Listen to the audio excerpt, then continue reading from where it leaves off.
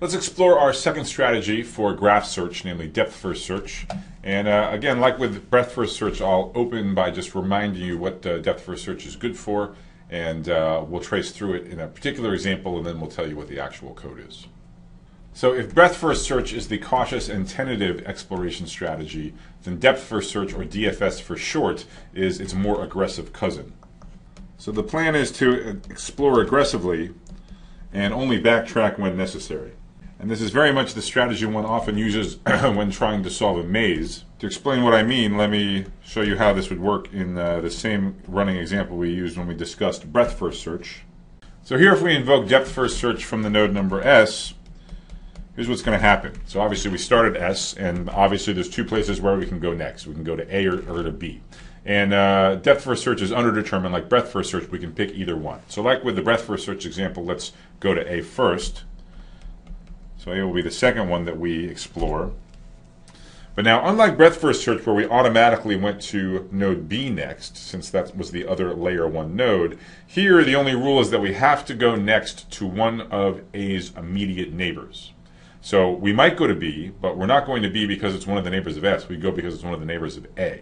And actually, to make sure the difference is clear, let's assume that we aggressively pursue deeper and we go from A to C.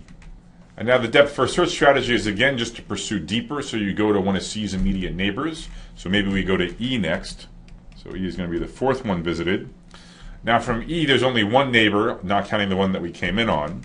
So from E, we go to D, and D is the fifth one we see. Now from D, we have a choice. We could either go to B or we could go to C. So let's suppose we go to C from D. Well, then we get to a node number 3 where we've been before. Okay, and as usual, we're going to keep track of where we've already been. So at this point, we have to backtrack from C back to D. We retreat to D. Now, there's still another outgoing edge from D to explore, namely the one to B. And so what happens is we actually wind up wrapping all the way around this outer cycle, and we hit B sixth. And now, of course, anywhere we try to explore, we see somewhere we've already been. So from B, we try to go to S, but we've been there, so we retreat to B. We can try to go to A, but we've been there, so we retreat to B. Now we've explored all of the options out of B. So we have to retreat from B, we have to go back to D. Now from D, we've explored both B and C, so we have to retreat back to E. E, we've explored the only outgoing arc D, so we have to retreat to C. C, we retreat to A. From A, we actually haven't yet looked along this arc, but that just sends us to B where we've been before. So then we retreat back to A. Finally, we retreat back to S. And S, even at S, there's still an extra edge to explore. At S, we say, oh, we haven't tried this SB edge yet. But of course, when we look across, we get to B where we've been before, and then we backtrack to S. Then we've looked at every edge once, and so we stop. So that's how depth-first search works. You just pursue your path. You go to an immediate neighbor as long as you can until you hit somewhere you've been before, and then you retreat. So you might be wondering, why bother with another graph search strategy? After all, we have breadth-first search, which seems pretty awesome, right? It runs in linear time. It's guaranteed to find everything you might want to find. It computes shortest paths. It computes connected components if you embed it in a for loop. Kind of seems like, what else would you want? Well, it turns out depth-first search is going to have its own impressive catalog of applications, which you can't necessarily replicate with breadth-first search.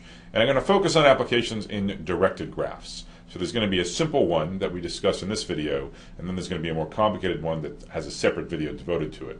So in this video, we're going to be discussing computing topological orderings of directed acyclic graphs, that is, directed graphs that have no directed cycle. The more complicated application is computing strongly connected components in directed graphs. The runtime will be essentially the same as it was for breadth-first search, and the best we could hope for, which is linear time. And again, we're not assuming that there's necessarily that many edges. There may be much fewer edges than vertices. So linear time in these connectivity applications means O of m plus n. So let's now talk about the actual code of depth-first search. There's a couple ways to do it. One way to do it is to just make some minor modifications to the code for breadth-first search. The primary difference being, instead of using a queue and its first in, first out behavior, you swap in a stack with its last in, first out behavior. Again, if you don't know what a stack is, you should read about that in a programming textbook or on the web. It's something that supports constant time insertions to the front and constant time deletions from the front, unlike a queue, which is meant to support constant time deletions to the back. Okay, so stack, it operates just like those cafeteria trays that you know, where you put in a tray, and the last one that got pushed in, when you take the first one out, that's the last one that got put in. So these are called push and pop. In a stack context, both are constant time. So if you swap out the queue, you swap in the stack, make a couple other minor modifications, breadth first search turns into depth first search. For the sake of both variety and elegance, I'm instead going to show you a recursive version. So depth first search is very naturally phrased as a recursive algorithm, and that's what we'll discuss here. So depth first search, of course, takes as input a graph G, and again, it could be undirected or directed. It doesn't matter. Just with a directed graph, be sure that you only follow arcs in the appropriate direction, which should be automatically handled in the adjacency lists of your graph data structure anyways. So as always, we keep a Boolean local to each vertex of the graph, remembering whether we've been there before or not. And of course, as soon as we start exploring from S, we better make a note that now we have been there. We better plant a flag, as it were.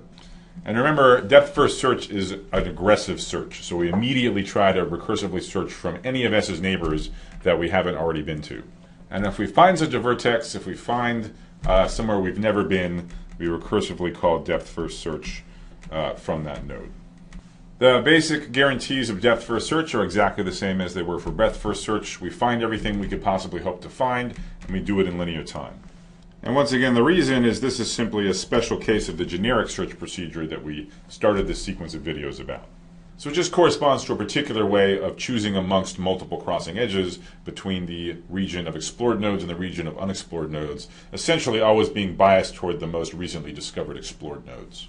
And just like breadth first search, the running time is going to be proportional to the size of the component that you're discovering. And the basic reason is that each node is looked at only once, right? This Boolean makes sure that we don't ever explore a node more than once. And then for each edge, we look at it at most twice, once from each endpoint. And given that these exact same two claims hold for depth first search as for breadth first search, that means if we wanted to compute connected components in an undirected graph, we could equally well use an outer for loop with depth first search as our workhorse in the inner loop. It wouldn't matter. Either of those for undirected graphs, depth first search, breadth first search, is going to find all the connected components in O of m plus n time, in linear time. So instead, I want to focus on an application particular to depth first search, and this is about finding a topological ordering of a directed acyclic graph.